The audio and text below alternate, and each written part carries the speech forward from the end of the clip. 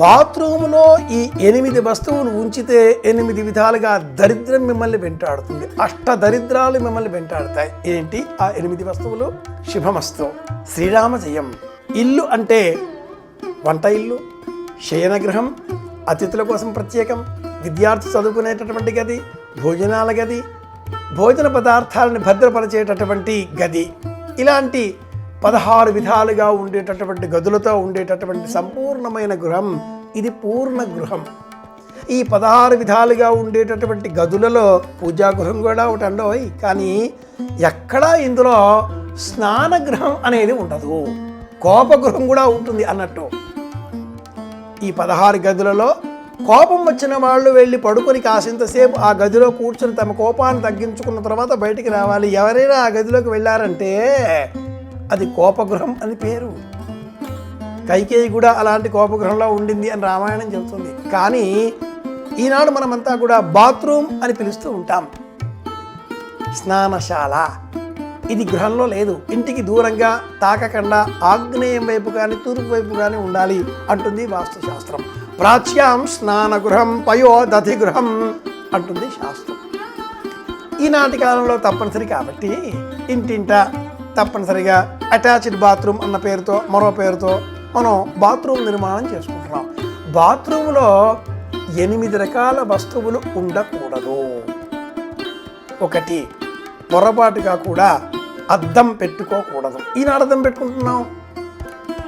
2, దువ్వెన పెట్టుకోకూడదు, దువ్వెన పెట్టుకుంటున్నాం.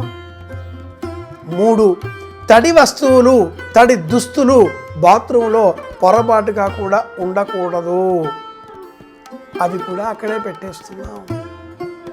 4, బాత్రూంలో పెట్టకూడనటువంటి వస్తువులలో దేవతా సంబంధితమైన చిత్రపటాలు కూడా 1.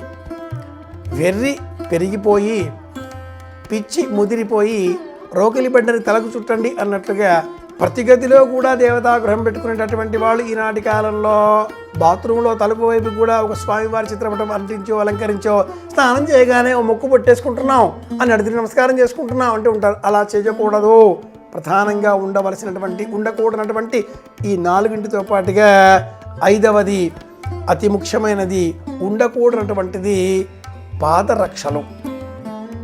ఈనాటి కాలంలో బాత్రూంలోకి వెళ్ళాలి అంటేనే మనం పాదరక్షలు వేసుకుని వెళుతున్నాం, కొత్త వ్యాధులు తెచ్చుకుంటున్నాం.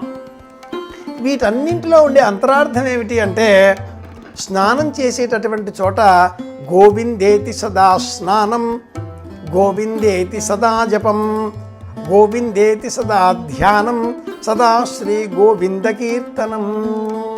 ఇది శాస్త్ర ప్రమాణం. గోవిందేతి సదా స్నానం, స్నానశాలలో స్నానం చేసేటటువంటి చోట గోవింద గోవింద గోవింద అంటూ గోవింద నామస్మరణ చేయాలి. అన్యథా మరొక విధంగా ప్రవర్తించే విధంగా ఏ విధమైన వస్తువులు కానీ మరేమీ కానీ ఉండకూడదు అన్నట్టు. ఏమండోయ్ 6వది తినుబండారాలు. మరికొంతమంది స్నానశాలలో శయనగృహంలో కూడా చాక్లెట్లు పెట్టుకుంటూ ఉంటారు. షుగరు బీపీ ఉంది కాబట్టి కళ్ళు తిరిగి పడిపోతామేమో అన్న భయంతోనట. కొన్ని ఇళ్లలో నేను గమనించాను. తినుబండారాలు పెట్టుకోకూడనటువంటివి. 7, 8 ఈ వస్తువుల జాబితాలో పొడి వస్త్రాల దొంతరలు బాత్రూముల్లో పెట్టుకోకూడదు. అసలు పొడి వస్త్రాన్ని ఆ బాత్రూంలో తీసుకువెళ్ళకూడదు. కట్టుకున్న వస్త్రం కట్టుకొని స్నానం చేసి తదుపరి భుజం మీద ఉండే వస్త్రాన్ని పిండి అది కట్టుకున్న వస్త్రాన్ని పిడిచి బయటికి వచ్చి బాత్రూంలోంచి బయటికి వచ్చిన తర్వాత పొడి వస్త్రం కట్టుకోవాలి, బాత్రూంలో కాదు. అలాగే ఒంటిపైన దుస్తులు లేకుండా వస్త్రం లేకుండా స్నానం చేయకూడదు. ఇది మహాపాపం, ఘోరమైనటువంటి పాపం. ఇది గుహ్యం పరమంలోకి గుహ్య భాగంలో అగ్నిహోత్రం ఉంటుంది. దుస్తులు లేకుండా వలవలు లేకుండా వస్త్రం లేకుండా స్నానం చేస్తే కుష్ఠవ్యాధి వస్తుంది అంటుంది వేదం. కనుక అలా పొడి వస్త్రాల దొంతరలు బాత్రూంలో లేదా స్నానం చేసేటటువంటి చోట అట్టి పెట్టుకోకూడదు.